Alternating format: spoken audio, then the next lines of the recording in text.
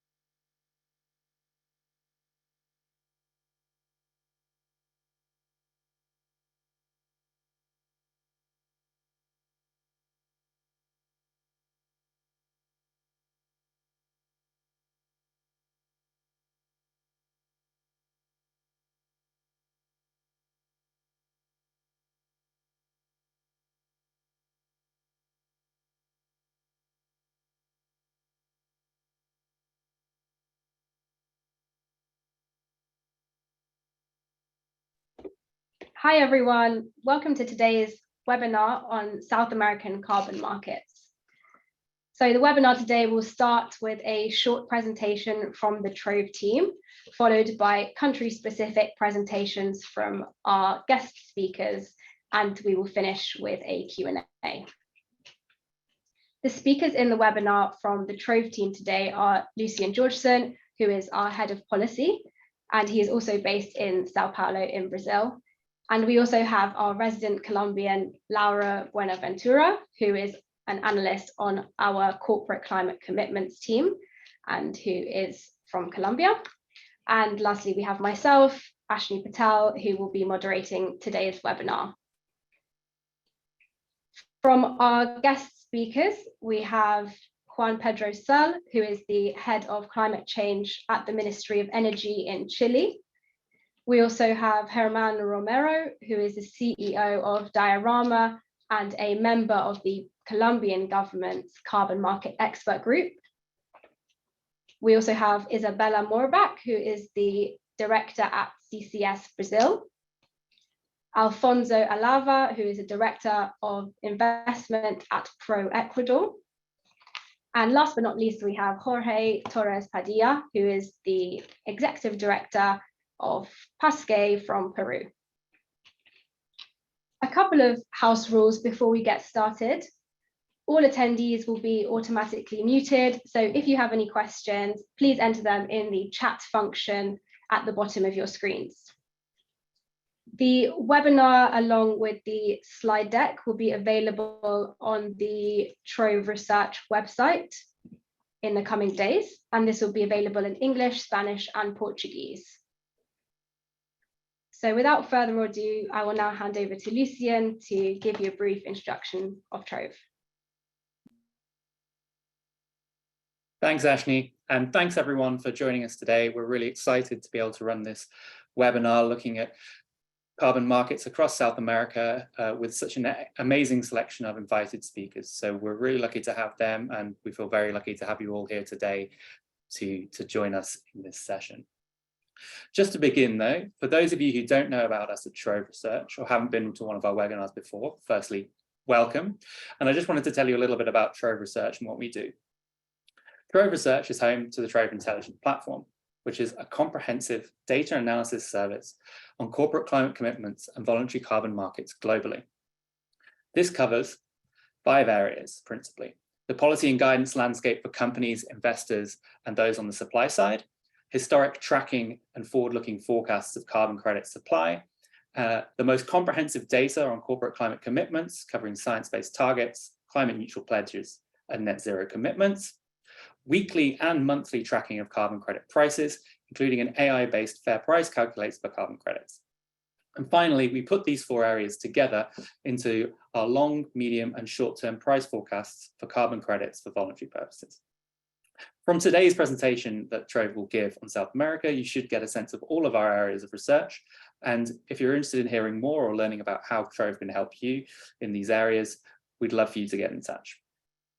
I'd also like to say that To announce that launching today, our main Trove Research website will be available in Portuguese and Spanish. So if your browser is set to that language, you will automatically be directed to more information about Trove in one of those languages.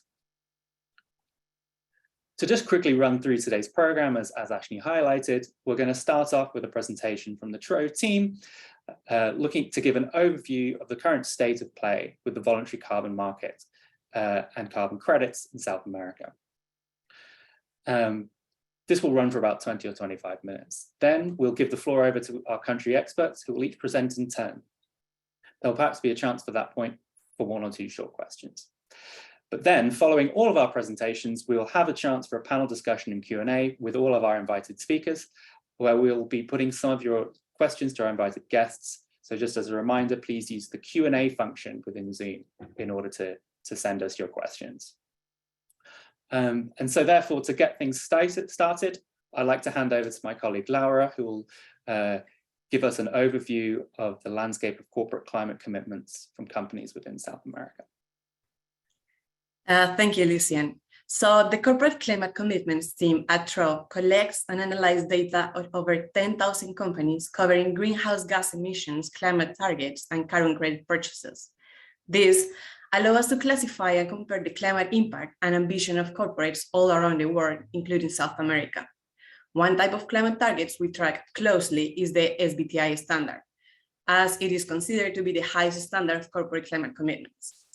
There has been a huge growth in the number of companies committing to be SBTI standards, with around 4,500 companies globally now committed to or had a target set validated by the SBTI to reduce their GHG emissions. However, only 2% of the companies committed to SBTI are based in South America, as shown on the right-hand side graph. The region is therefore underrepresented in terms of the highest levels of corporate climate ambition.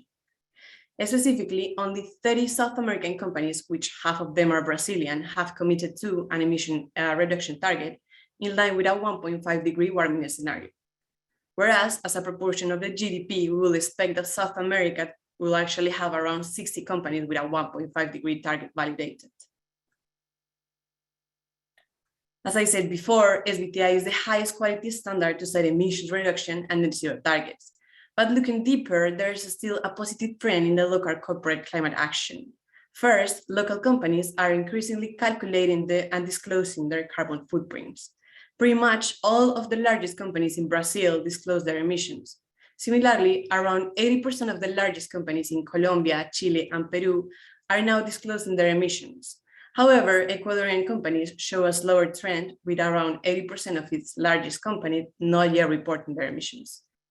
Second, we can see that many large companies in each country had set now targets, although, as just mentioned, not many of these are actually under SBTI or are actually validated by SBTI. Here, Colombian and Chilean companies have the leadership on setting any type of climate pledge.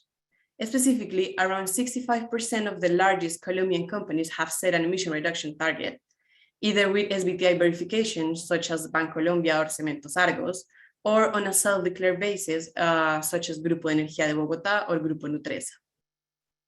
Brazil has the largest proportion of companies with a net zero target announced, with just over half of its largest companies now committed to become net zero by 2050 or even earlier. Collectively, we expect South America companies over the next year or two to improve their emissions disclosure and to set more climate targets, catching up with the global trend we've found. So as we have seen, the pattern around the world is that more companies are setting more ambitious targets, aligned to more strict standards. When companies commit to set a net zero target, they commit to reduce also their Scope 1, Scope 2, and Scope 3 emissions as much as possible, and then offset and remove the remaining emissions to achieve the net zero. Therefore, companies will need to use more carbon credits for this. So demand of credits will increase substantially in the following years if companies keep these commitments. At Trove, we spend a lot of time analyzing future demand and supply for credits. On the demand side, this combines the impact of demand from corporate commitments with other sources of demand, such as CORSIA and governments. We have estimated through exercise scenario modeling that the size of the voluntary carbon market could increase between 7 to 10 to 30 times by 2030, with an estimate of up to $40 billion. So the big question here is, where will all these credits come from? So to provide a better snapshot on what the role of South America is and can it be in the future in supplying these world carbon credits, I will now hand back to Lucien. Thanks, Laura. And so therefore, in the context of both the potential for growing corporate demand within South America and this significant projected future demand for credits globally, when we take a look at Trove Research's projects and transaction data, we can see that South America is an important area for supply for the global carbon credits market already.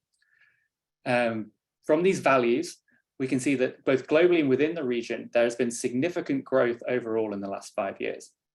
From 2018, where supply was 17 million in Latin America and 102 million credits globally, to a peak of 380 million credits globally being issued in 2021. However, while we can see here that global issuances did decrease in 2022, they grew slightly still in South America, taking the region up to around 25% of global credit issuances, shown here as 90 million credits being issued out of 359 million credits issued globally last year. Whereas on average, we can see over this period that they represented about 17% of global issuances over the period. However, we can also compare this to the global retirement of credits. And here we see that South America slightly outpaces its issuances, representing 19% of the global total, which indicates that these globally important supply of credits from projects in South America is already more than matched by the demand for credits for voluntary purposes coming from the region. And so therefore, to delve into those issuances and retirements a little further, we are going to look at the makeup of these issuances and retirements, starting with the region as a whole, and then stepping through 4 other countries that we'll be hearing about a little more from our experts later on today. For South America as a whole, we see growing issuances and a slight leveling off in retirements in the last couple of years, but overall, a very, very significant number of projects, with 375 projects registered in the region, bringing a total of 319 million cumulative issuances and 152 million cumulative retirements. These projects and these credits being issued are largely dominated by REDD+ projects overall. When we're looking at the issued credits by project types, we can see that 63% of those credits come from REDD+. Project-based REDD+, that is, and a further 10% comes from jurisdictional REDD+. This is made up of the issuance of 33 million credits, trees credits on the art registry made by Guyana very recently. The next biggest project type after project-based REDD+, though, is renewable energy at 12%. So to look now at the country level within the region, we'll start first with Chile, which has 43 registered projects, which is over 10% of the registered projects in the region, for cumulative issuances of 8 million credits. Now, Chile has a slightly different profile in this case to other countries within the region, as the majority of credits come from non-nature-based project types, with 38% of credits coming from renewable energy and 29% coming from the replacement of non-CO2 gases. The largest segment from nature-based credits is nature restoration projects at 18%. We see strong growth in the issuance and retirement of credits in the last few years from Chile, especially given that first issuances were made from the data that Trove tracks in 2020, with significant jumps in supply in 2021 and 2022. The robust retirement of credits from the most recent vintage shows that the newer projects are meeting the market demands for credits from Chile. To move next to Peru, we see that Peru has slightly fewer registered projects than Chile, with 38, but much higher cumulative issuances, with 73 million credits issued since historically. This is largely due to the predominance of project-based REDD+ within the country. In fact, 95% of these 73 million credits issued from Peru come from REDD+ projects. But we see a larger than average and larger than some of the other countries in the region gap between those cumulative issuances and retirements, with over 50% of the credits issued not yet retired. However, from the charts at the bottom, we can see that this is not quite as strongly reflected in recent vintages where retirements are greater than 50% of the supply, of the issued credits, sorry. Next up, we have Colombia, which has twice as many projects as Peru, but 10 million more in cumulative issuances, and a significant increase in the volume of issuances in 2022, with 28 million of those credits issued in 2022. Again, the predominant projects here are nature-based, with 80% of those credits coming from REDD+ and a further 12% coming from nature restoration. From here on these numbers, we can see there is robust retirements of credits issued from Colombia, with more than 73% of the credits retired. And when we're looking at REDD+ credits in particular, that jumps up to 75%. It's worth noting at this point that some of that demand could be linked to Colombia's existing provisions for the use of credits to meet carbon tax obligations, although predominantly credits from Colombian-based registries are used in those carbon offsetting purposes, and I'm sure we'll hear more about that from Herman later on in today's session. And finally, we come to Brazil, which is the largest supplier of carbon credits in South America, with 23 million more credits issued than Colombia, with 106 million in cumulative issuances, and more projects with 169 than these three other countries combined. There is a more diversified supply of credits from Brazil, despite the significant and important ongoing interest in the ways in which the protection of the Brazilian Amazon can be supported. 62%, compared to those larger percentages from Peru and Colombia, of the credits from Brazil come from REDD+ credits. The next largest share is renewable energy, with 22%. Compared to Colombia, though, in terms of the retirements, we see a situation that's a little bit more similar to Peru, with less than 50% of the credits from Brazil overall retired, with 46% of the credits retired. And we see a particularly big difference there in terms of the issuances and retirements of the credits from 2021, given the significant supply of credits in that particular year. But so we're also wishing to look forward in terms of the supply of credits for voluntary purposes from South America. At Trove Research, we closely monitor projects going through those registration processes to better understand the likely changes in near-term supply. Last year, both globally and in South America, there was a large increase in the number of projects applying for registration, meaning we can see a significant potential for an increase in the number of issuances in the near term from projects based within South America. As of the end of January, there are 141 more projects based in South America, which are in the process of applying for validation and verification to either the Vera or Gold Standard registries. And as we can see from the domination of the green colored project types on this chart, the vast majority of these projects are nature-based, and the vast majority of these nature-based projects are REDD+ projects. Should all of these projects become registered and then issue the amount of credits that they are seeking to issue according to their registration documents, which we should acknowledge is an unlikely scenario based on our analysis of the past precedent and of existing projects, this could add up to 60 to 70 million more credits per year to issuances from South America, which would be an increase of around 70% of issuances from South America. It's worth noting, though, that the spike in South American pipeline capacity that we can see here on this chart from October is down to one proposed REDD+ project within Bolivia, which is called Territorio Indígena Originario Campesino. However, it remains to be seen, of course, whether this becomes registered, as it's at the early stages of this process, and whether it will ever issue, therefore, the 21 million tons of credits that it aims to issue per year. If it were to do so, it would become by some distance the world's largest project. However, it's important to note that only 600,000 credits have been issued from projects in Bolivia from all historical vintages. And that when we look at its NDC and its other submissions to the UNFCCC, Bolivia generally maintains a relatively skeptical stance towards the use of market-based mechanisms, towards the achievement of its climate targets. And so in this context, we must consider whether it is likely whether this project will come to pass.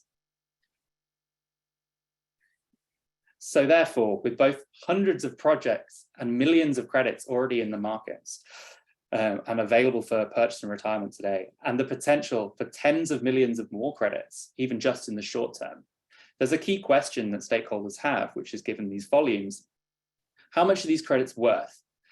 And what kinds of revenue are they generating, and could they be generating for decarbonisation and the protection and restoration of nature within the region?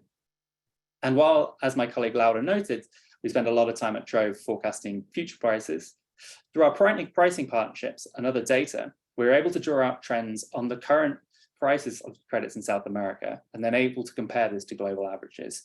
And here we can see the trends in recent months of credits, both globally and South America, in terms of pricing. In 2021, the volume weighted average price of credits in South America was $7.10, which represents a 13% premium in price compared to the global average credit price in our data of $6.30. In 2022, this premium narrowed as global average prices rose by 40%, which is a notably larger increase than the 28% rise in average prices for projects from South America. But as a result, in 2022, the average weighted price for credits from South America was $9.10. So given the significant volume of credits being traded from South American projects, we were able to provide robust data of the weighted average prices by project type within the region. This allows us to show here part of the reason behind the overall trend that we saw on the previous chart. The main driver of this price premium, as we can see here, is the type of projects being traded. As South American projects are heavily tilted towards nature-based credits, and these trade at a premium compared to other types of projects. As we see here in our data, the average 2022 weighted price for nature restoration projects from South America was $12.70, whereas the average 2022 price for REDD+ credits from South America was $12.50, which is significantly above the average price for credits from the region as a whole. We should note here that the nature restoration average prices are more volatile due to significantly lower volumes of credits. As we've already noted, the majority of the credits being supplied and being traded from South America are from REDD+ projects. But when it comes to climate policy, in recent years, we have seen many countries in South America looking to understand how they can incorporate the use of carbon pricing and carbon markets more significantly into their climate policy, and how this can support their targets under their nationally determined contributions for the Paris Agreement. We'll look at several indicators of this trend here. Firstly, when it comes to carbon pricing mechanisms, we can see that Argentina, Chile, and Uruguay currently have a carbon tax in place. And Colombia has a carbon tax in place and also has under consideration the development of a national compliance market or emissions trading scheme.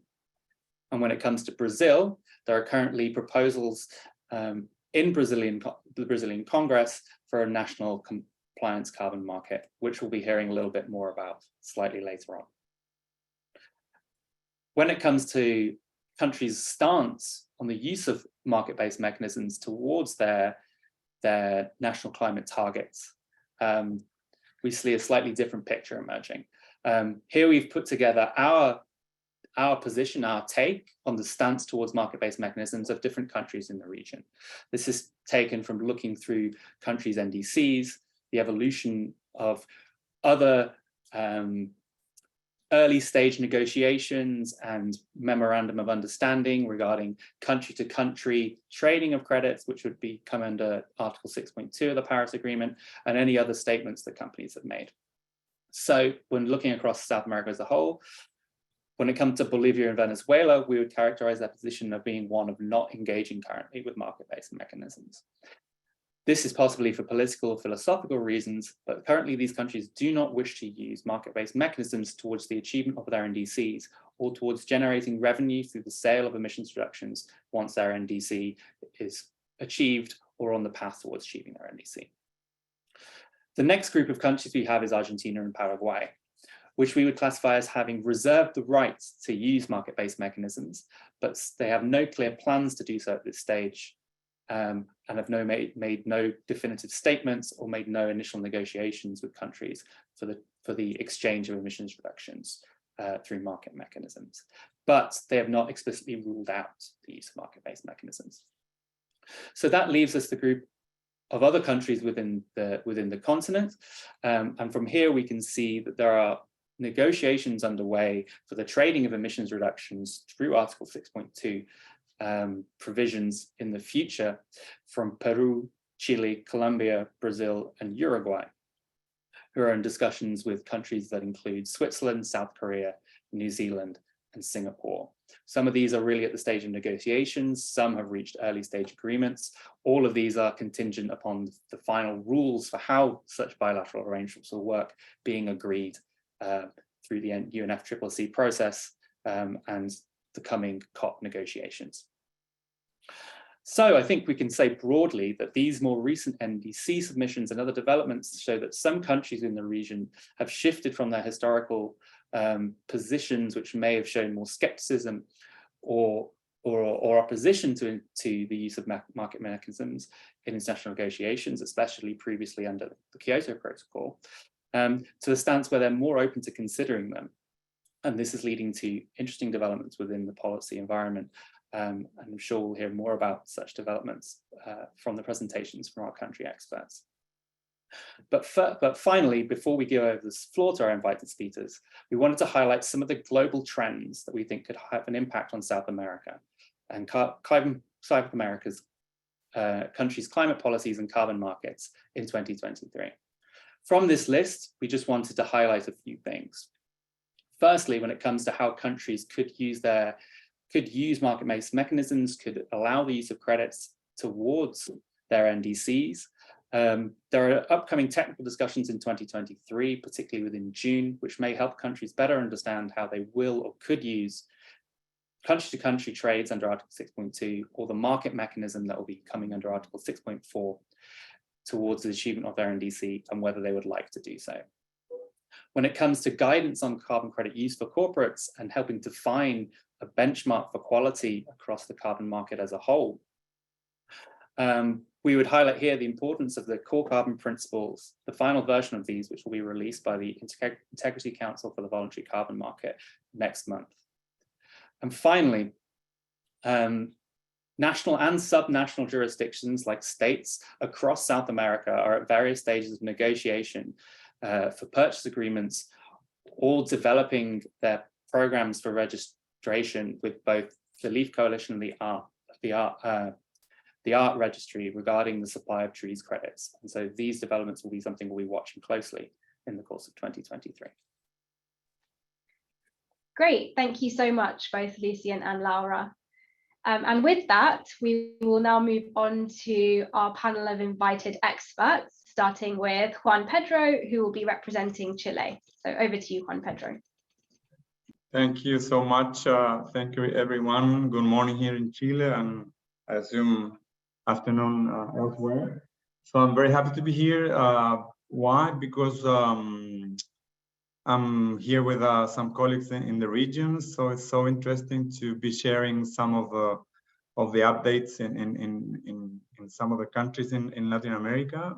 So that's why I'm happy, and I'm in the middle of my summer vacation, but I accepted this invitation precisely because the issue is so relevant. So I will, and thank you, by the way, Laura and Lucien, for providing us this very interesting figures on what is happening or what has happened in terms of carbon credits in the region. So in terms of our evolution, or I would say progress in carbon pricing, as Lucien mentioned, we have a carbon tax since, well, they call it the green taxes because it's a tax on CO2 and also on local pollutants. It's operational since 2017, and the tax is being applied to specific technologies. So turbines and boilers of a certain installed capacity are bounded by this tax. And as I said, it has a unique figure because It's tackling CO2, so it's a tax on CO2 emissions, and it's also a tax on SO2, NOx, and particulate matter. Has been very successful in terms of its implementation. It wasn't easy at the beginning because we had to put in place some infrastructure to measure and report, not yet the verification part, but it's been steadily and implemented and very good, I will say. So you mentioned some, credits and projects alongside these 4 countries. So we were, I would say, a fairly good player in the CDM best years, I would say, between 2010, 2015, more or less. A fairly important player within the region. So we had a number of projects registered and in actual operation, I would say more than 115 projects, most of them in the energy sector. Now we just register very few projects, very small ones from time to time. So the CDM, not just in Chile and in the region, but also globally, is a little bit depressed, I would say.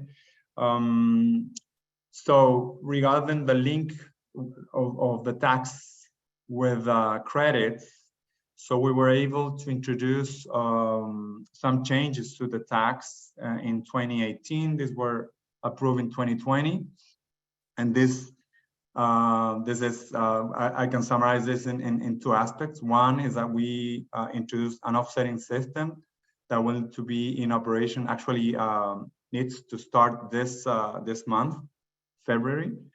And it's not a self-offsetting of those regulated entities, but it will allow for we hope that it will allow for a domestic market in terms of, I don't know, encouraging other sectors to reduce emissions and to sell part of them or 100% of them to those regulated entities. And there's also an interesting figure of a change in the threshold. So from now on, the tax will be will have a threshold of actual emissions. So those entities that equals or exceeds 25,000 tons of CO2 will have to pay for the tax. Before, it was a different threshold. And another interesting figure, I guess, for the carbon market is that it has those entities that are below the threshold of emissions will have to report their emission anyway. So those entities or installations that emit more than 10,000 CO2 a year will have to report. So that's interesting because, or important because in that way we will be preparing like a bottom-up inventory of specific installations. So that will be good information to have for the market, I would say, or for the MRV part of the market. Now I don't say that, but the tax or the so-called green taxes are part of the tax reform. So now the tax reform is subject currently to a revision, and some of the figures that will be probably changed or a decision will have to be made in terms of how to improve the tax. I don't say that the tax on CO2 is a flat rate of $5 per ton of CO2, and there is some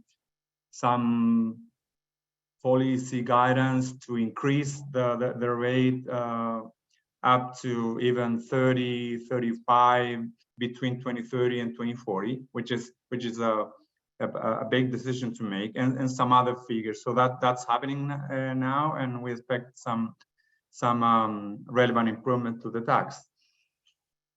So yeah, in terms of credits, we continue to work with the Japanese government. We have an agreement under the JCM, the Joint Crediting Mechanism, and we approve small projects in the energy sector from time to time. And now, from now on, we will apply, both governments will apply the rules of Article 6. Solution, you mentioned Article 6, 6.2.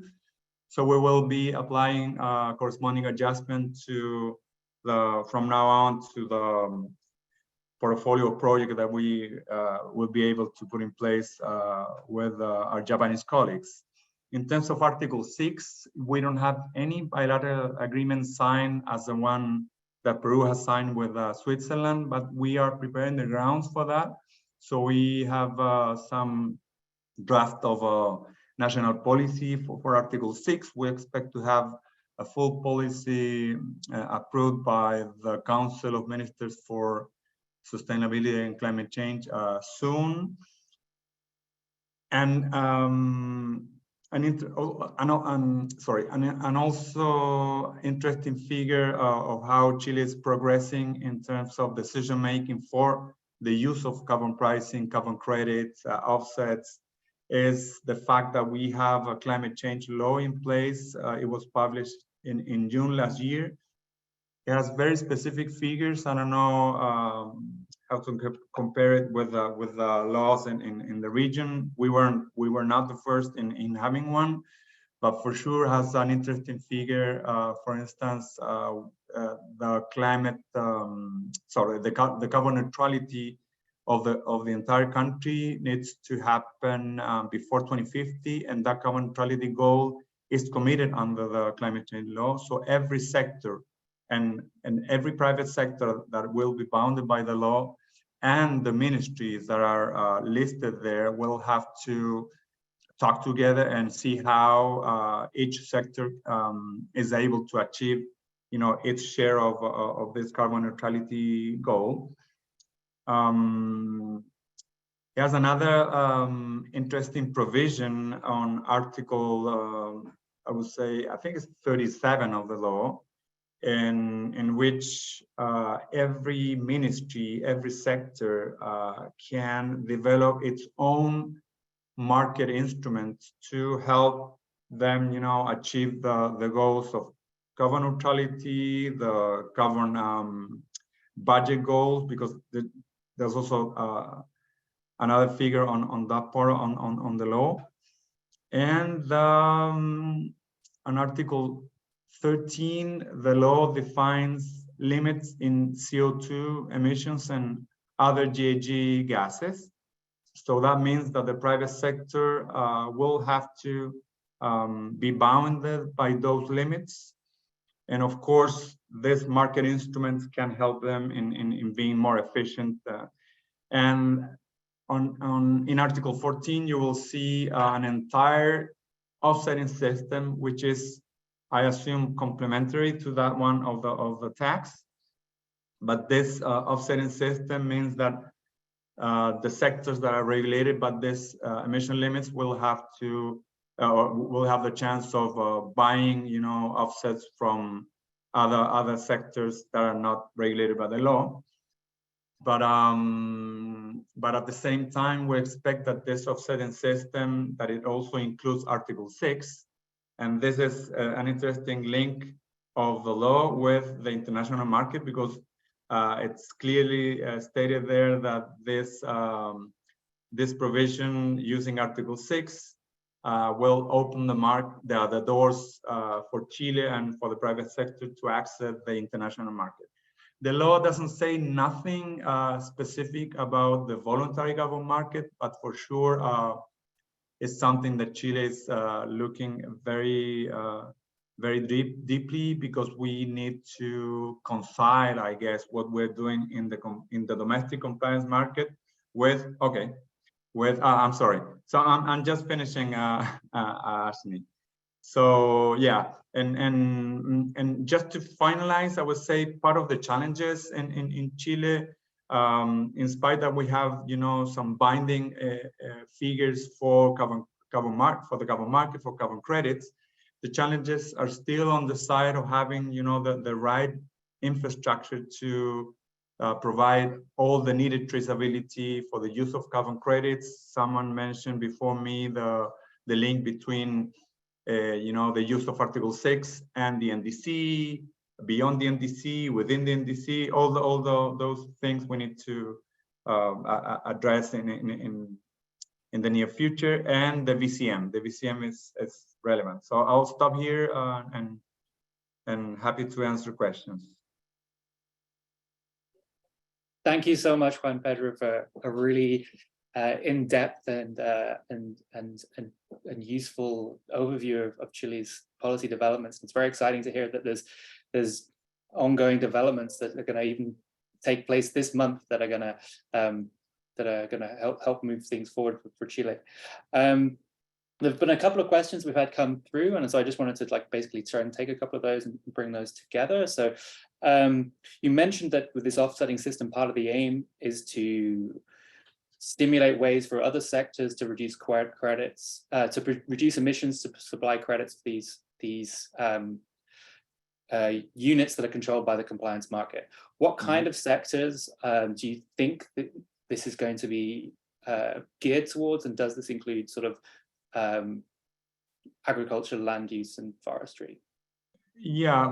Thanks for the question, Lucian. So in there's no positive or negative list in terms of the type of activities. So I mean, in the offsetting system of the tax, we have already the bylaw that defines how the offsetting system should operate. So you will see there a range of different sectors that could provide credits. In the case of the offsetting system under the climate change law, there's we still have time to develop exactly what we need for that to happen, but there's no restriction. That's my understanding. Okay, great, thank you. And another quick question, just before we move on. You said that you're in the process in Chile of drafting policy in terms of Article 6 and those initial negotiations regarding agreements with other countries. Following on from the discussion of some of the issues around this at COP in Sharm el-Sheikh, what kind of issues are you looking to safeguard against with these laws? In terms of safeguards, in terms of being so open using Article 6 and then not being able to achieve our own. In terms of achieving your own targets, or in terms of kind of the terms of those arrangements with countries. Right. So again, I mean, we're not that advanced, as I said, in terms of going very detailed in terms of what type of arrangements and the great the type of credits and the amounts that goes to ex bilateral partner. But we've been discussing in Chile. We have a special task force on Article 6.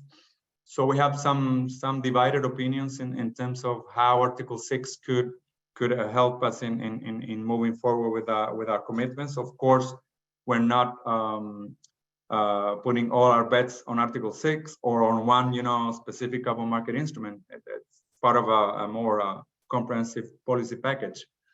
But having said that, for some like myself, like me, we feel that we can use Article 6 even if we have activities that are under the NDC, in the following sense, that we can accelerate those measures, for instance. Of course, applying corresponding adjustment to do the proper accounting for that.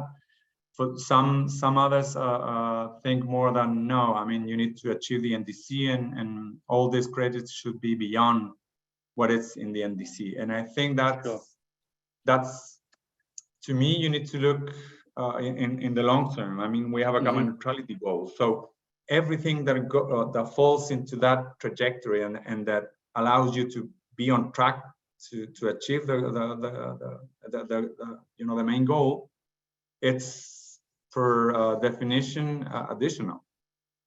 So I think, and sorry to extend my intervention. So I think the trick is to be part of the market and to understand how the market works, because this is different than the CDM. You need to, of course, be very careful in terms of achieving the NDC. But I think that we don't have to look only to the high-hanging fruits. Of course, that's baseline for us, baseline in terms of winning money to put in place costlier measures and carbon credits could do that work, or part of this work. But some of the low-hanging fruits, if we are able to accelerate those by using Article 6 or other, BCM or whatever, I think we will benefit because we will learn more. We will improve our infrastructure. We need registries, and you know better than me what are the needs. So yeah. So sorry to extend my response to that one. Very, very interesting. Thank you so much, Juan Pedro. Yes, thank you so much, Juan Pedro.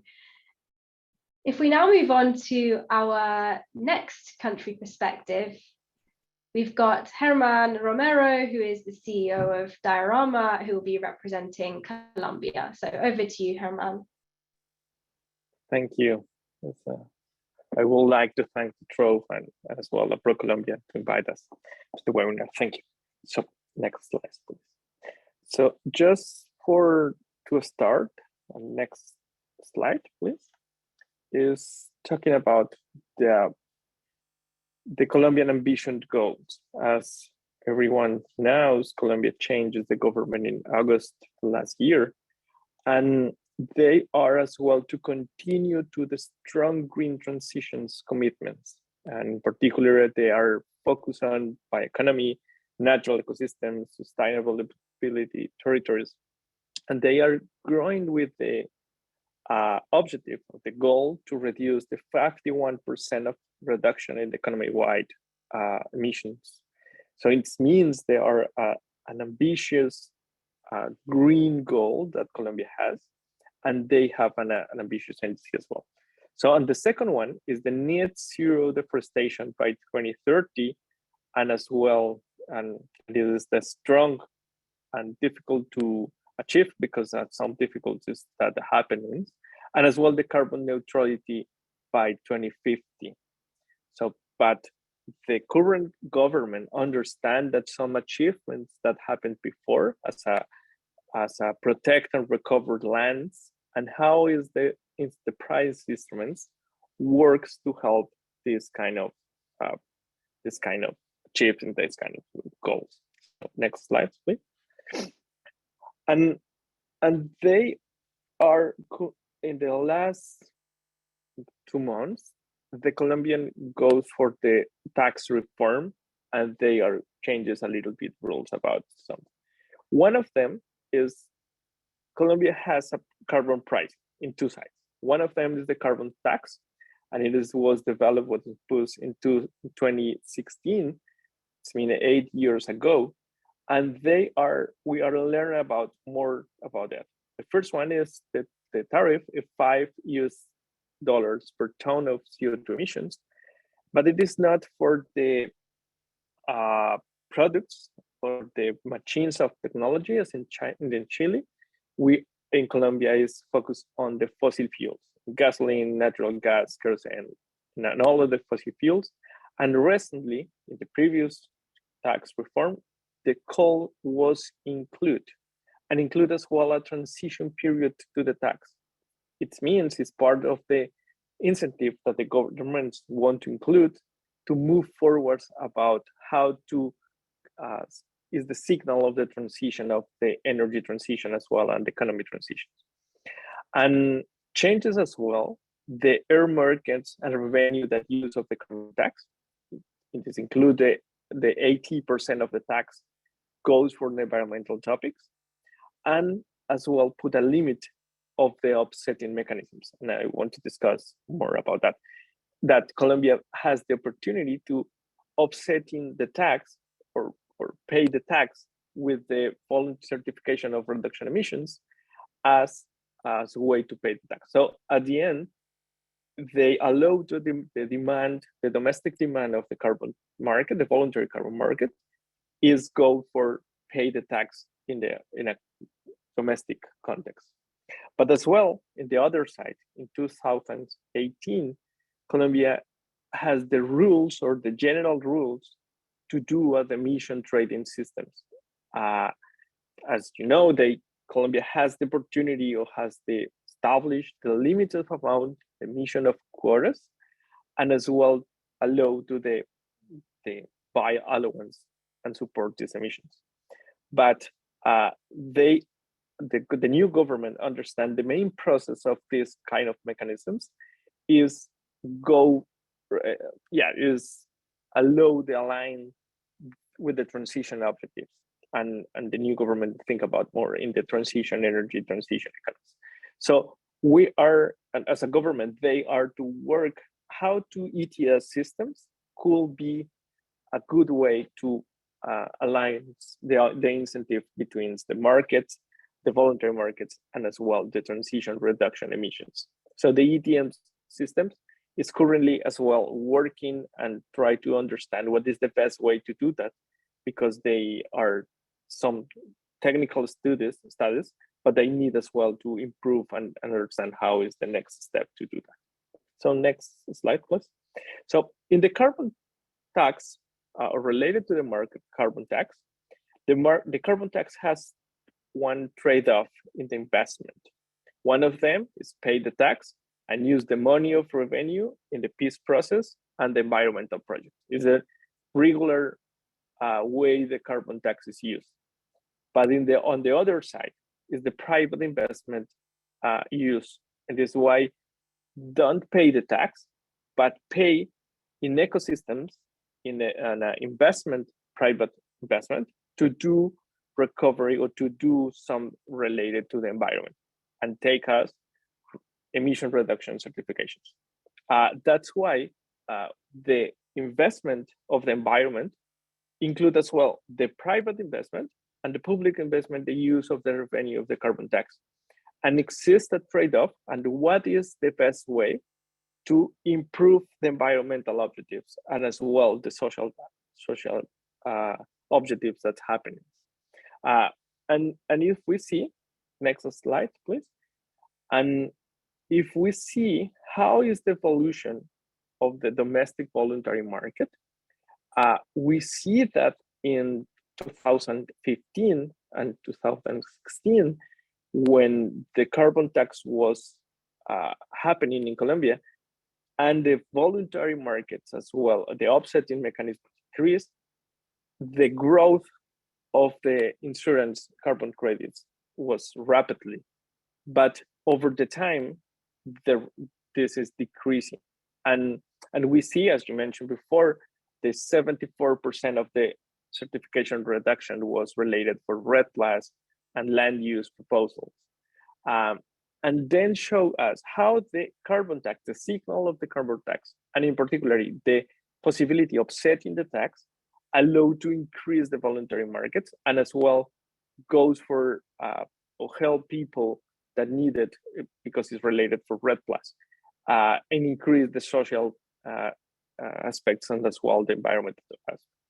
But the maturity of the carbon market as well is require more quality about the results, the environmental results, and as well what is happening and what is the activities happens to allow that the carbon credits happens. So the next slide, please.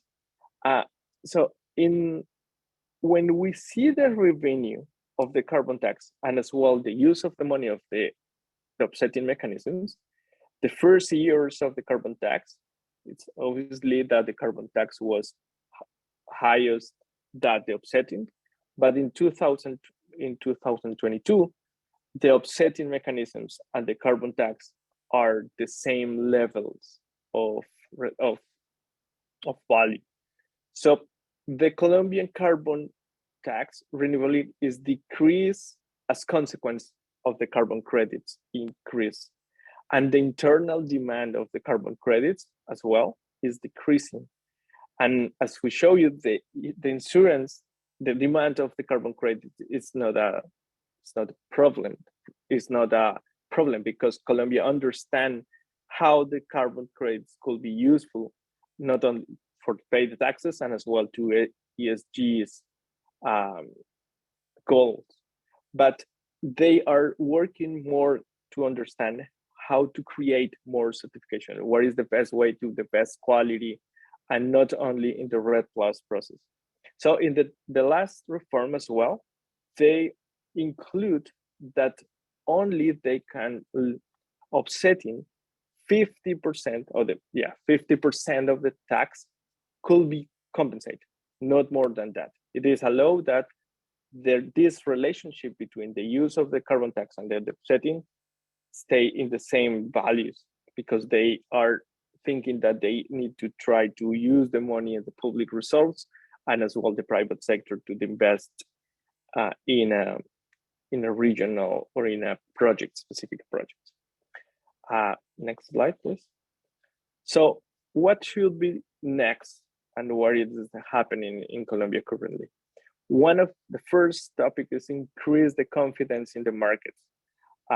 It is a high priority to continue to work on the MRP systems, registers, and all the information that we public, not only in the quantities and the prices and all what's happening, as well in what is the safeguards. And it is part of this, the second and 3 points. The second one is implementing the ETS program as a transition instrument and requires a high level to commitments and political statements to go forward to the energy transition and understand better what is that and how to do that. And it is part of it's currently discussing into Colombia. The third is ensure the compliance with the safeguards in the social safeguards and as well the environmental safeguards are be strong, because our experience in 8 years to work on that is understand that we need it as well to be ensured that the confidence, what is happening in the community, what is happening with the environmental results are determined, and that could be increased as well the quality. So it's part as well what the market demands. They need more certainties about that are the best of quality and the best of the results, and as well, and finally, the maturity of the markets that seek to ensure that the environmental objectives is accomplished. So they are the next steps, the next happenings, the next environmental happening in the market, carbon markets in Colombia. Thank you so much, Germán, for your presentation. Again, it's really interesting for us to hear about this as it's ongoing, as an ongoing process of the development of these regulations. One question that's arisen from the audience is there any sense so far in terms of the initial discussions within the advisory group, the expert group, on how the carbon tax will interact with the ETS when the ETS is introduced? Will some sectors be covered by both, or will there be a threshold for participation? Yes, I think it's one of the key and difficult questions that we have to answer, because the carbon tax defines the prices, but the ETS mechanism defines the quantities, and the market, it is not working when the price and the market is defined with an external vision. So that is part of the regulations or changes to the government are to think about how to do that, because in the table exist different strategies to do that, but it's depend of what is the kind of transitions or what is the kind of sectors that they want to include in one of them. So yes, it's all at the table, and the knowledge is that, but it's part of the discussion that happens internally. Great, thank you. And one second question is that we saw in your presentation that one of the recent reforms has been to reduce the level of the amount of the carbon tax obligations that can be met through the use of carbon credits, and that this has been a driver of the voluntary carbon market within Colombia. On that basis, do you have any view on what might be the impact on the carbon market of this significant reduction in the ability of companies to use this provision? Yes, and the problem in Colombia is currently is not about the demand, it's more about the supply and how to increase, and you show you as well in your graphs, and how increase the other reduction certification. That what I think is perhaps in another sector, as an energy, in transport, and as well in waste, is a good way to increase the certification to do that happening, because the demand is currently working and looking for where is the certification happening, and but perhaps needs more in another sector to increase that. But we are expecting in general idea that the demand and the supply allow the 50% of the reduction emission as well continue over sometimes at least. Okay, fantastic. Thank you so much for your presentation and for answering those questions. Yes, reiterating what Lucian's saying. Thank you so much, Herman. Thank you so much for inviting me. Oh, great, thank you. For our next speaker, we have Isabella Morbach, who will be representing Brazil. Over to you, Isabella.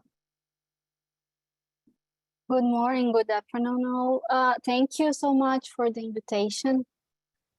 Seeing the other presentation, I need to say that my presentation is more focused on the law that's regulating or trying to regulate carbon markets, because we are maybe in a step back the other countries. So I think it's important to, first of all, understand what we are trying to do here and how these improvements and how we are facing the carbon markets from this government on.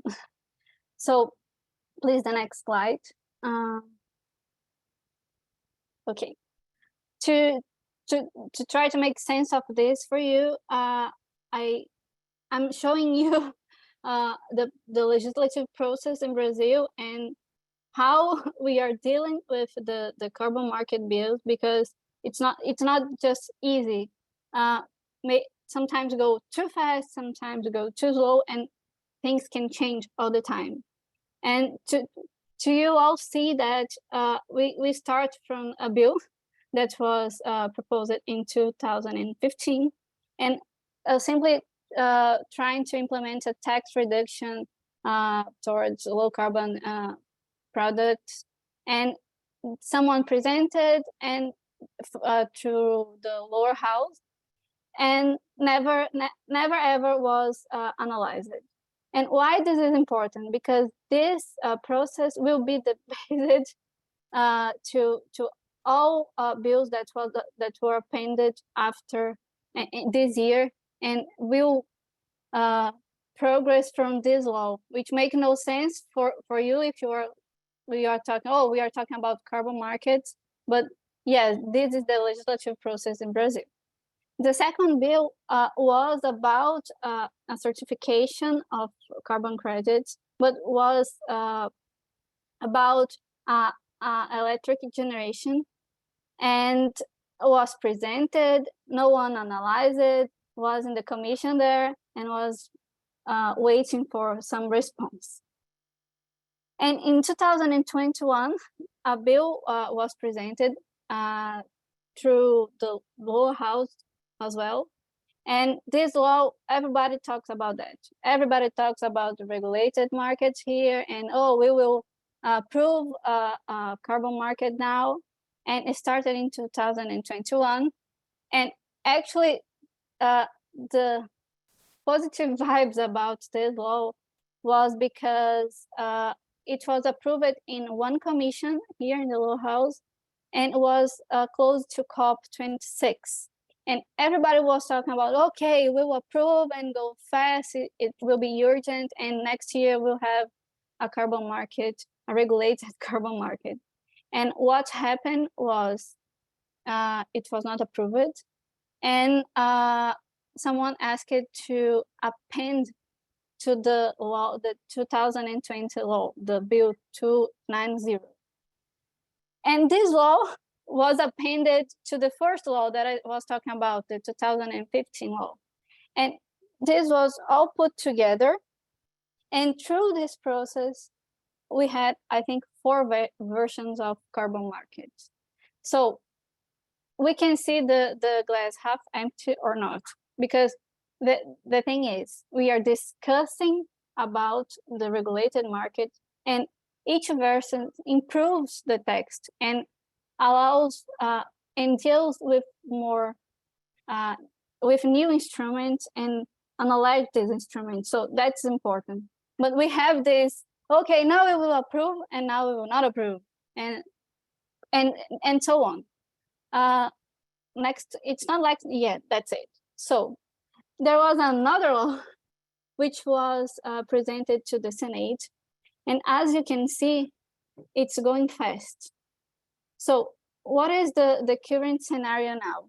We have one law that were presented to the lower house and was appended to a bunch of laws, and we have a good version of this law, and someone required to be urgent, and this will be decided by a plenary, so no commissions more.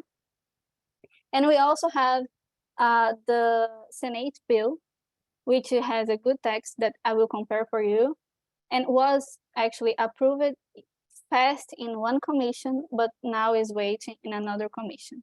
Next slide, please. Just to make sense of the presentation, and you can see what happened. In the bill that started in the lower house, it was approved in one commission, which is important.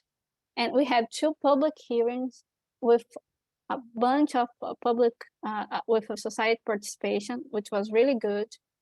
And we had 3 different versions. And now what we have a report saying, okay, this is the final version, and we just need to approve. And it shifted, as I said, from the ordinary proceeding to urgent proceeding, which is good. But in the same time, we had the second law, which was presented to Senate, that was approved in one commission, had one public hearing and another schedule, and the version of the law changed just once, but it's a good one. But this one is going through an ordinary procedure. So next slide, please. What we have in common, I think it's important. I think the main thing is define the authorities and the competence, establish clear roles and responsibilities, which is really good. Define the last versions, define that the carbon will be a cap and trade carbon market, but it doesn't say how the allowances will be distributed between the sectors. Acknowledge the existence of voluntary carbon market, which is good, and say that, okay, you can go on with voluntary carbon markets, and define that the standards will be high quality and aligned with international standards. But the thing is, both are generic and will depend on future regulations. So if these bills, each of one will be approved today, we don't have a carbon market yet, because we will need to decide the authorities, the names. We will need to regulate, to do the regulations of methodologies, certifications, and then this kind of things. Next slide, please. But I think there is 2 things that were important to be improved from the first version to the last version in both bills. One is the certification standards. The focus when this bill were presented, mainly the lower house bill, was a national standard, and everybody said, okay, we need to discuss this because we need to align these methodologies to international methodologies. So it was a good improvement, and this bill say, okay, will be the high quality standards aligned with international directives and so on. And the scope is important because the first versions, they were mainly focused on forest carbon. Oh, forest credits, which is very good because we have the Amazon, and the Amazon's really important, and we acknowledge this, and we actually saying to the world it's important, and we'll protect the Amazon forest. But the truth is we had a lot of opportunities here. So the scope changed to expand beyond these forest carbon credits to consider another kind of CDR, which we have a lot of opportunities here. We have CCS, we have hydrogen opportunities, we have BECCS opportunities. We are a renewable energy country, as everybody knows. So these bills now consider that it's something important, and will need to be considered as a carbon credit. And with these two bills, we are seeing here an important improvement about the regulatory framework of this technology. The technology solutions are being considered and are regulating right now. So I think to summarize what we have now, we have a good discussion. We have a good bill in discussion. The first version was not so good, but we never know where and when and if it will change again. So we are positive. Everybody's pushed the carbon markets in Brazil, but we are waiting for the Congress to approve. That's the truth. And I think when the world says that, oh, you need a carbon market, and the industry sector says, we need a carbon market wide with other potential, it's really good. So I think to all, this is our current scenario. Thank you so much, Isabella, for that overview. And I think it's really important to see that, we're in Brazil, it's a very different situation. I think it's important to note how much of this is still undefined. And so when you see a headline that might say Brazil poised to start a carbon market, I mean, it's not strictly true. So just a couple of questions to follow up on that. From these two bills in the House of Deputies and in the Senate, does either one of them have greater support from the executive, the president, the environment minister? And if it does this matter? Yes, I think they have support. I believe the Senate bill are the one who has more support because it's more recent and more aligned with I think Brazilian perspectives. But the other one, the first one, was more discussed between everybody. So I think it's important. No matter which one will be approved, the government will support. But I think the push will be in the bill that was presented through Senate. Great, thank you. I think we only had time for one question, so we'll move on now. But Isabella, thank you so much for a really rich and interesting presentation. Thank you. Thank you so much, Isabella. For our next speaker, we have a representative from Ecuador, who is Alfonso Alava. If we could have the next slide, please. Hi. Hi, thank you so much, Alfonso. Over to you. Thank you very much, Ashley, and good afternoon to all of you. On behalf of the Ministry of Production, Foreign Trade, Investment, and Fisheries, it is a real honor to be here with you. I would like to thank Trove Research for this invitation. I hope it's the first of many. At ProEcuador, we focus in promoting exports and the attraction of foreign investment. Therefore, I'm going to talk a little bit about our investment climate, and through the presentation, I will tell you some investment opportunities that are aligned with decarbonization, that it's the main topic of this webinar. So please, if you could put my presentation, I will really appreciate it. Okay, thank you very much. Can you, I will start with an interesting video about it, okay? It's very short. I don't know if you can put the audio.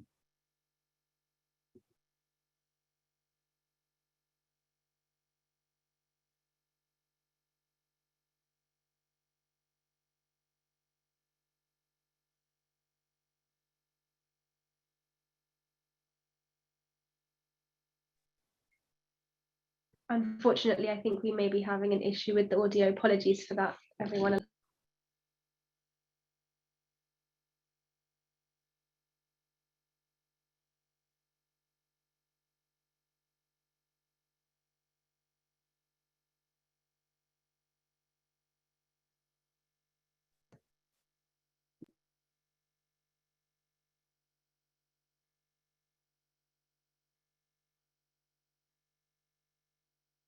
Okay, it doesn't matter. Like I said before, it was quick. It was very interesting, but it doesn't matter if we couldn't hear it. Let me give you a little bit more of context about my country. If you can pass the next slide, please.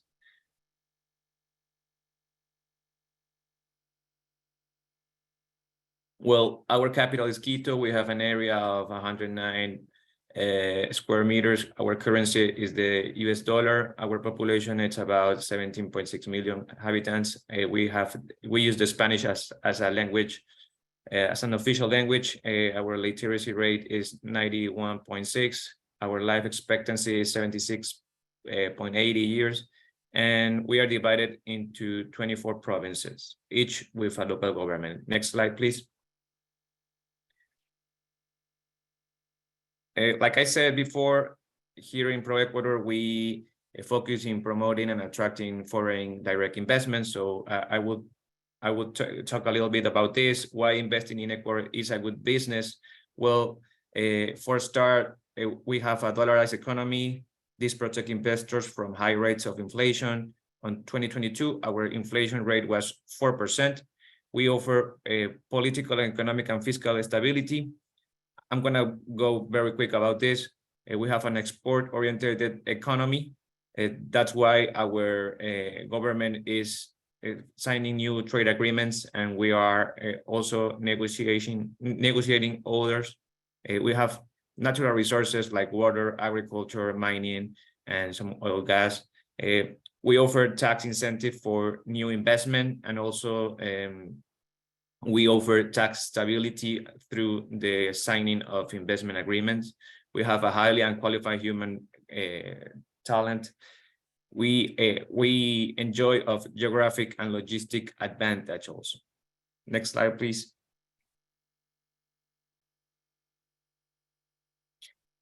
We have an investment portfolio of 40 projects, approximately, with 30 billion of investment in capital expenditure and in operational expenditure. So this is very important because our this promotion tool allow investors to invest in specific projects, and some of them are aligned with decarbonization goals. I will talk a little bit about one of them in the next slide. Could you pass it, please? Well, the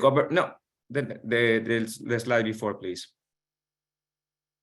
The government of Ecuador, through the Ministry of Environment, Water, and Ecological Transition, is formulating its national plan for the transition to decarbonization. This plan constitutes a planning and management tool that will define the roadmap to reduce greenhouse gas emissions in different sectors of the economy and promote an ecological and sustainable transition. It is important to mention that we have been working with the support of the Fund for Sustainable Environment Investment and the French Development Agency. The main pillars of this plan are: 1, renewable energy; 2, energy efficiency application; 3, sustainable mobility; 4, sustainable agricultural production; 5, conservation and restoration of natural heritage; 6, cleanest production in the industry; and 7, comprehensive waste management with an inclusive and circular economy approach. So, as I mentioned before, one of our investment projects is aligned with the decarbonization goals. As you can see in the next slide, we are promoting a mega block of non-conventional renewable energy. This project aims to concession several non-conventional renewable energy projects to reach a combined capacity of 500 megawatts, including a small hydroelectric plants that generate photovoltaic, wind, and biomass energy. The public tender initiated on December 2021, and right now 10 foreign companies from 4 countries, one of them Ecuador, obviously, I have presented the best offers. These countries are Ecuador, France, Mexico, and Spain. We estimate that this block will demand a total investment of $875 million. Right now, 10 foreign companies are looking for to invest in this type of project that will obviously reduce the emission of CO2. On the other hand, we have a second initiative, very important. Please, you can continue to the next slide. As you may know, Ecuador's aquaculture sector is one of the best in the world, and this sector has started by themselves a national shrimp farming electrification program. Shrimp farms in Ecuador will have better productivity by replacing diesel with electricity for farm operation while addressing the environmental risk in shrimp production. The aim is to help improve the sector's sustainability, supporting the nation's climate targets. 300 shrimp farms with a total extension of 70,000 hectares are going to convert from the usage of diesel to electricity shrimp farms. Well, as you can see, these two are other initiatives. Please, the next one. These two are other initiatives that we have started as a country and also as a private investment. The project of Billonaco, which is a renewable energy project focused on aeolic energy. Delcy Tanisa Agua, it's an hydroelectric project. We have private projects as electric mobility. All of our buses in well, not all, but some of Guayaquil has transformed from diesel to energy.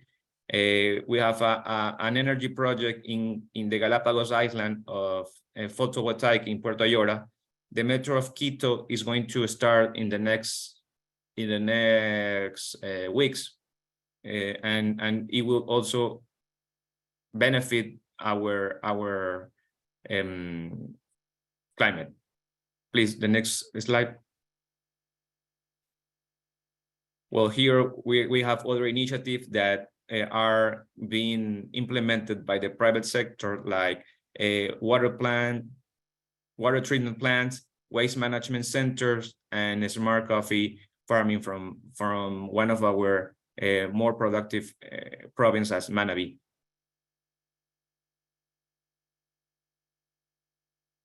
The next slide, please.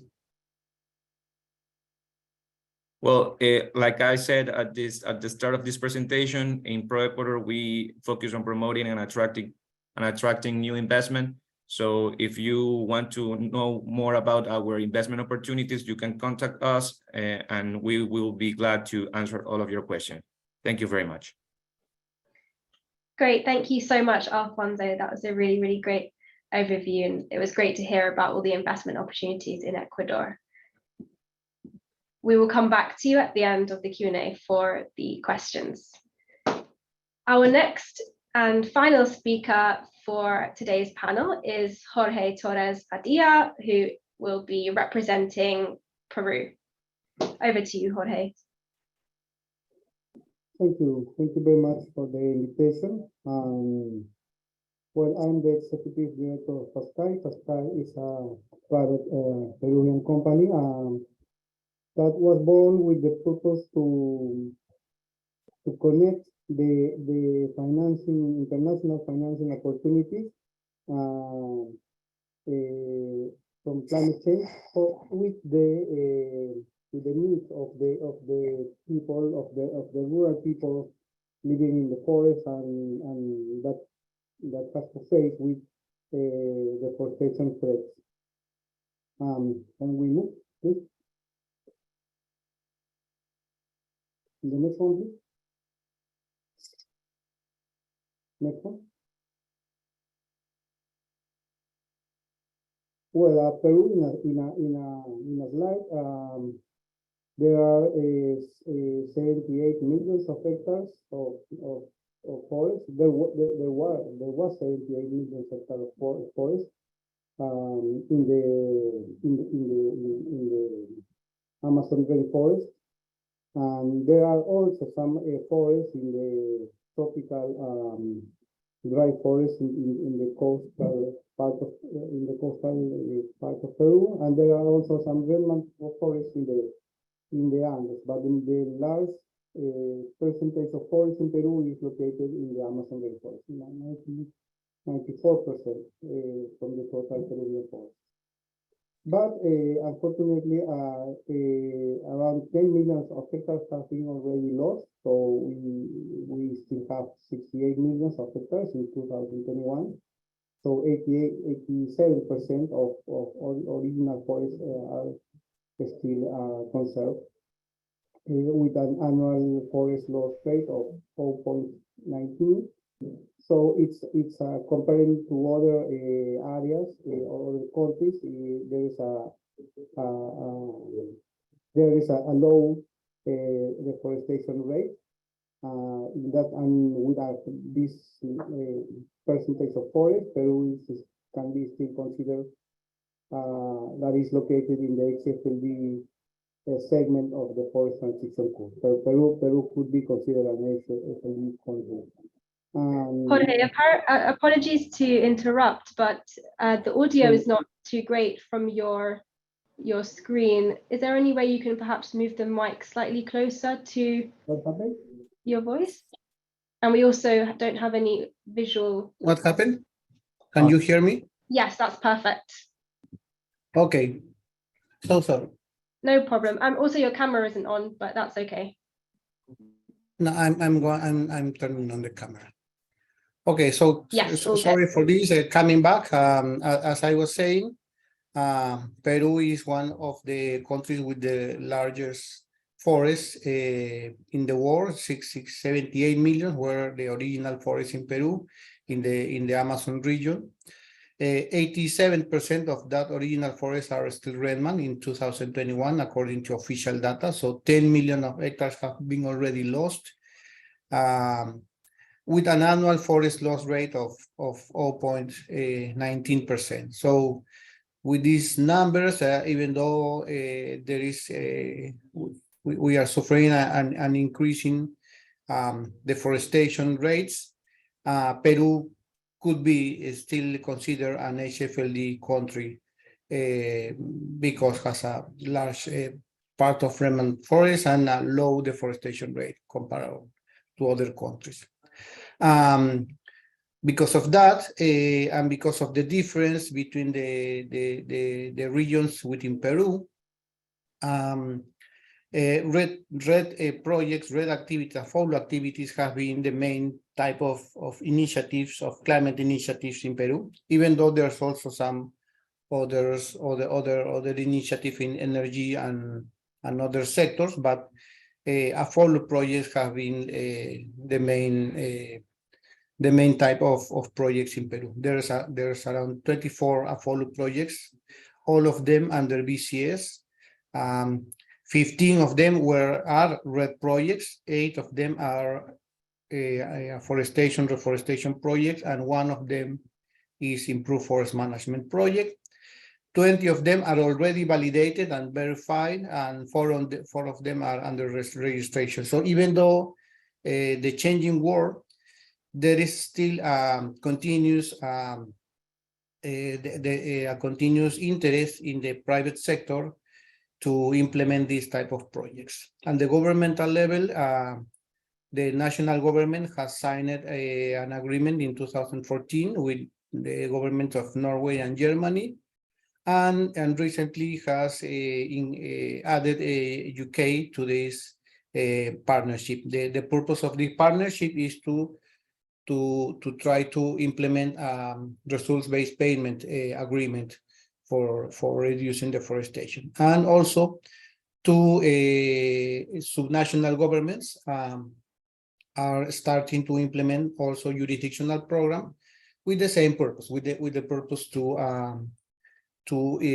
implement a results-based payment at a jurisdictional scale. Can we move to the next, please? So it has been clear that Peru is a very typical country that has moved from this first stage of standalone projects. More than 10 years, we have had this type of projects, red projects, without any umbrella, any umbrella, digamos, scope. Then the international process of RED has moved us toward this national approach, and now it has been clear that both type of interventions have to coexist, and so projects are still necessary, but a jurisdictional approach has a lot to say and a lot to regulate to ensure the integrity of the reductions to solve many of the controversy that is associated to RED. So this jurisdictional and nested RED is like the third stage of the process, and an approach to ensure the quality of the reductions. So we have lessons learned from the first stages and some preconditions that we could have to this third moment, to the current moment that we can share with the world. Can we move, please? So the first stage where there was only standalone projects have been important, have brought important resources, financial resources for forest conservation, for social development. Many thousands of families have been received incomes from climate finance, from this type of project, from voluntary carbon markets. And recently, of course, there have been, and since the beginning, there have been some doubts regarding non-permanence, regarding leakage, and most recently, everybody knows there are some concerns about baselines, and also it could be considered like a trade-off of voluntary carbon markets with climate commitment. So this is something that needs to be taken in consideration to maintain and to ensure to the world the credibility of RED reductions. Next one, please. The second stage that we could think is this national approach. Peru has developed important most of the important inputs for RED according to the international negotiations. Peru had a FREL in 2015 to 2020. According to it was a linear trend based on the historical assessment. And Peru has a new FREL from 2021 to 2026. It's an historical average. And also Peru has a monitoring system. And in 2014, also Peru approved a strategy or action plan for the component. This is the forest and climate change strategy, and is working on the fourth pillar, which is the safeguards. Peru also has developed these mitigation measures for the NDCs. According to this first analysis, that is very common with other countries in Latin America. Peru, around the half of the emissions of Peru comes from the AFOLU sector. So 66%, 2/3 of the expected reductions that will be put in the NDCs comes from, or are expected to come from the AFOLU sector. There are 8 NDC mitigation measures that comes from the AFOLU. Forest management, reforestation, restoration, and others are expected to produce 66% of the total reduction that Peru plans to put in the NDCs. This is something that still are on the preparation stage, even though there are some resources that the government of Peru has brought for preparation stage. As can be shown in the deforestation rates, there has no been still a significant reduction in deforestation. Deforestation in Peru is still growing. So no significant improvements in terms of scale reduction or scale finance. And this is very related with the, and this is something that it's a lesson learned from this stage and can bring some conclusions for the new stage, where all the private investment and the public investment has a different combined role to play. And I want to show this in the next stage, please. So the conclusions of these two first moments in the implementation of RED in Peru are that the first, private sector and markets are key. It must be clear that public finance is far to be enough for the required investment to face deforestation, and this is not the role the public sector has to play, because there are many needs in our countries. There are many activities related with adaptation. So the investment that can come from private sector and carbon markets are key and are essential for scaling the financial resources that are needed to change the pattern of deforestation in our country. So its public role are, in my opinion, refer to create a favorable environment to attract responsible investment with clear rules and transparent process. It is important that who wants to invest in Peru and in our countries know what are the conditions for this investment, what are the regulations that needs to accomplish, and what are the profits that they can obtain from doing this investment. This is the role that the public sector has to play.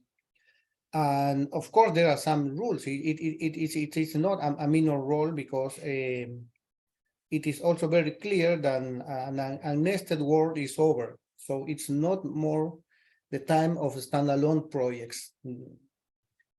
Projects needs to, we have to ensure that the accounting of integrity, it's not negotiable. Nesting, it's something that needs to be done, but it can maintain, it can keep a technical approach. This is something that is not a political negotiation. It's a technical approach that is the first precondition, but it also have to be based on a transparent process that gives social legitimacy to the results, because it has not had to be a black box where anybody knows how these risk maps are have been obtained. This is something that the different stakeholders in our countries, indigenous organizations, local communities, subnational governments, everybody has something to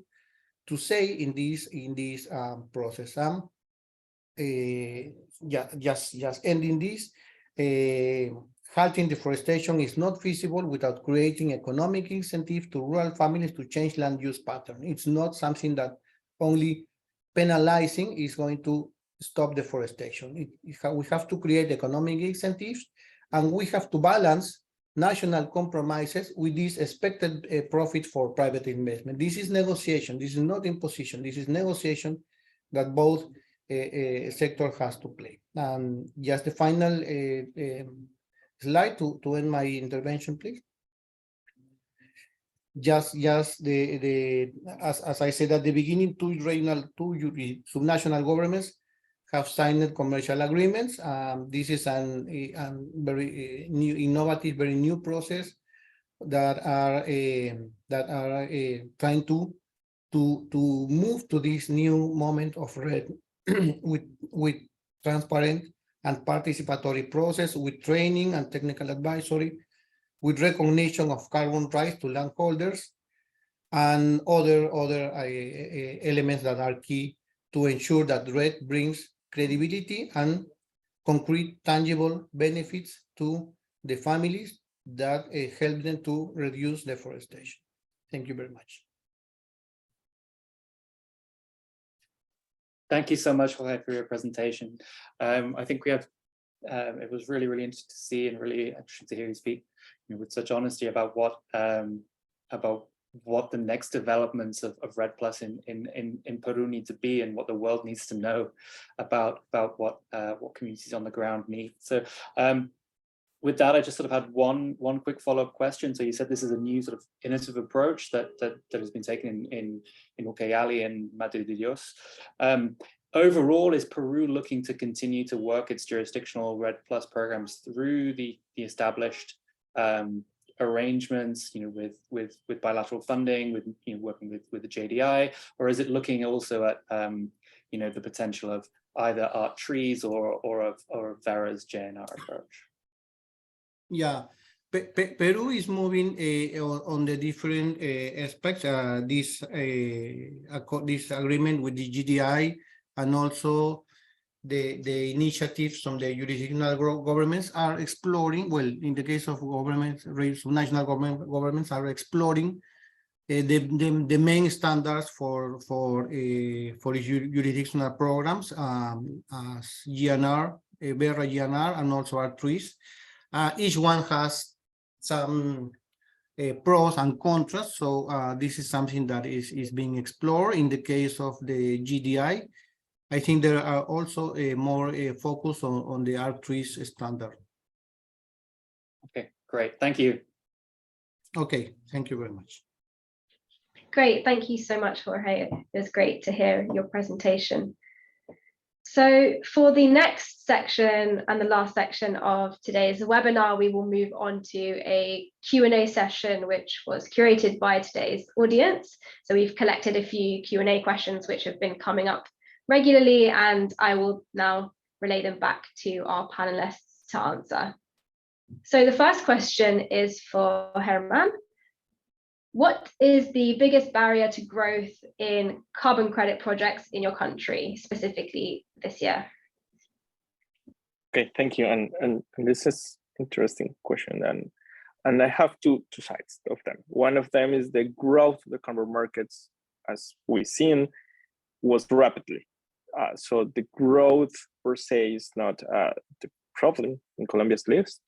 And the idea is the carbon market is grown with quality to achieve the environmental and social objectives. The problem, as mentioned before, is not the demand of the certification, it's more about the supply. And we need to maturity of the markets better. The markets demand better quality, rights, and social persistence, and guarantee the highest level. So at the end, I think is the biggest barrier is include another sector, not only RED Plus on all sectors, and as well increase the way that the quality and the performance of the markets of the certification. This part of it, I have to say. Great, thank you. That was super interesting.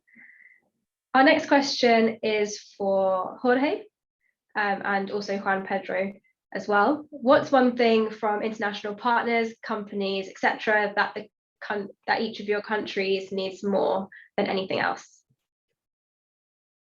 Okay, thank you. Yeah, I think I would say on building the infrastructure to correctly implement, whatever is needed in terms of carbon markets, and I think that's essential. I'm not saying that we don't have like the basis, but it's so extremely important to have, the right, I don't know, ministries involved. We need to track every credit, even with the VCM, because as I said in my presentation, I think we need to reconcile better what the companies are claiming, in terms of carbon neutrality, and how on the other side, the government goals, talk together and head in the same way. And we're doing the things right. I mean, we're applying corresponding adjustment, we're doing the accounting right, and it's not trivial. I mean, I mentioned the climate change law, and I think the main infrastructure is required there, but we need to start. We need to put it in place, and we need at the same time, as I said in my intervention previously, that we need to track. Every credit will be impossible, but to track, the ones that we know are, I'm sorry for this word, trustable, in terms of their impact and how they relate to the NDC. And I guess that's from the side of, I don't know, bilateral or multilateral cooperation agencies. But from the private sector, I would say the private sector should be more proactive. I mean, not just waiting for what are the rules and I cannot start because I don't have the rules. But I guess a good way of maintaining the market is the VCM. I mean, the voluntary carbon market is there, will be there, it won't change. But if the voluntary carbon markets approaches more and more to a compliance market, I think we will be in a good shape. So proactivity on one side and capacity building on the other hand. Definitely. Yes, I agree. And Jorge, do you have anything to add? Hi, sorry, I was answering the questions in the Q&A. Could you please repeat the question? Sorry. Sure, no problem. So if there's one thing from international partners, corporates, etc., that your country needs more of, what would that thing be? Yeah, the differently to what has done in other countries as Brazil and Colombia and others, Peru is not Peru that does not have like a so developed mechanism to bring these corporate investments in a similar system like in Colombia or Chile. There's of course an initiative from the Ministry of Environment of Peru to promote voluntary compensations. But even though there have been some discussions and analysis before about possibly implementing a carbon pricing or others, there's nothing in the perspective that that we can think that goes to this area, to this type of approach. Okay, great. Thank you so much. Our next question is for Alfonso. So what is the biggest lesson from the national experience that you would pass on to other countries in the region? Okay, me. Okay. Hi. Well, thank you for that question. As Juan Pedro said, I think proactivity is a good skill to pass to other companies or countries, because as we had in our country, for example, the shrimp sector, shrimp farms had a big problem with their productivity, with their energy costs, with their CO2 emission, and all of that, and they start investigating, doing R&D, and with all those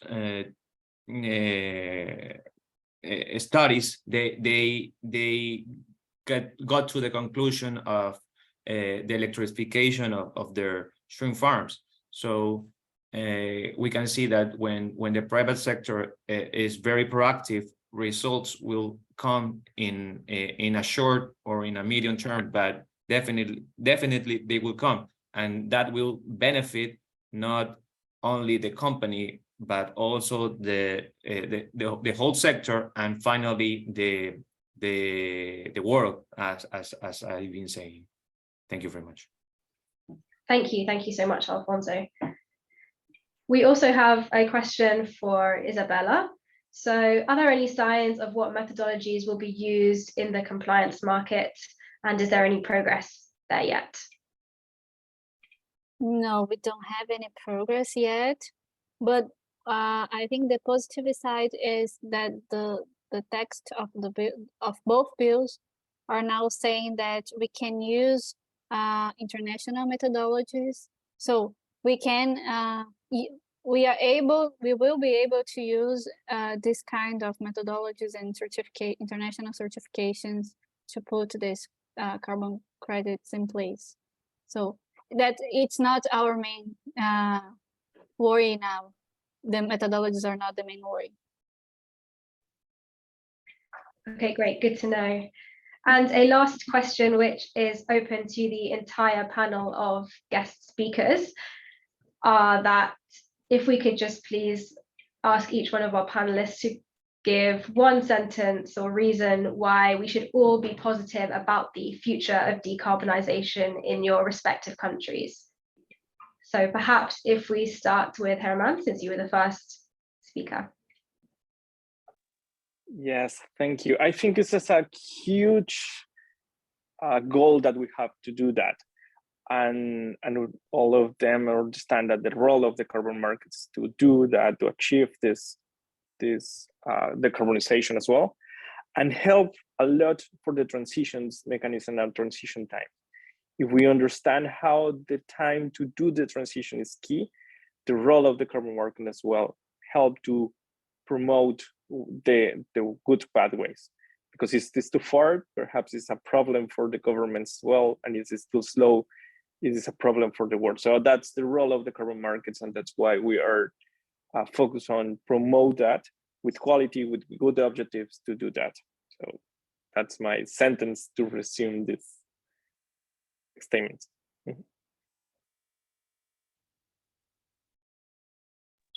Okay, great, thank you. Would anyone else from the panel have any comments? Yeah, can I? Yeah, so you said one sentence. I'm convinced, and Chile is also convinced, that carbon markets, carbon pricing is essential to help us in accelerating our decarbonization goals. So it doesn't matter if it's offset taxes or cap and trade or ETSs. We think they're essential tools, but there's no silver bullets. So these tools need to come in a package of different policies. So we cannot charge, or blame one instrument for doing the whole job. And the VCM, because this is also about the VCM, this webinar today, I think it's also an essential element in the equation, because it'll stay there. It won't change, as I said, in terms of, it won't disappear. You will still have compliance market and voluntary markets, and it's the way how the private sector can accelerate their own actions in terms of mitigation and achieving their goals. So yeah, I lied to you because I didn't say this in one sentence. So thank you. Great, thank you so much, Juan Pedro. Perhaps. Can I? Yes. Can I? Yes. No. Go ahead. I think the positive feeling here is related to the feeling that every sector and every part of society are seeing carbon markets as an opportunity to do a fair and sustainable development. So society, industry, and government have the same view about these opportunities. So I think it's a good scenario, and everybody are positive and wants to do that. That's it. Great, thank you so much, Isabella. Hi. Well, I think that we should be optimistic about this. This type of webinars is very important because it is important that private sector understands the complex process of generating reductions, and it is also important that that to ensure that this is not only a technical approach. The technical approach is important, but the social legitimacy is also very important, and this is something that is only be ensured with a permanent dialogue. I always use this metaphor of a soccer team where everybody has a play to role. The government has a play to role. The private sector has a play to role. The NGOs, the communities, each one in a different position in a soccer team. So to face climate change, it's not something that we are going to achieve only with one player. We need most of the players, and this is only can be possible with a permanent dialogue and good faith dialogue to ensure how these technical concerns can be solved with this social legitimacy too. Thank you.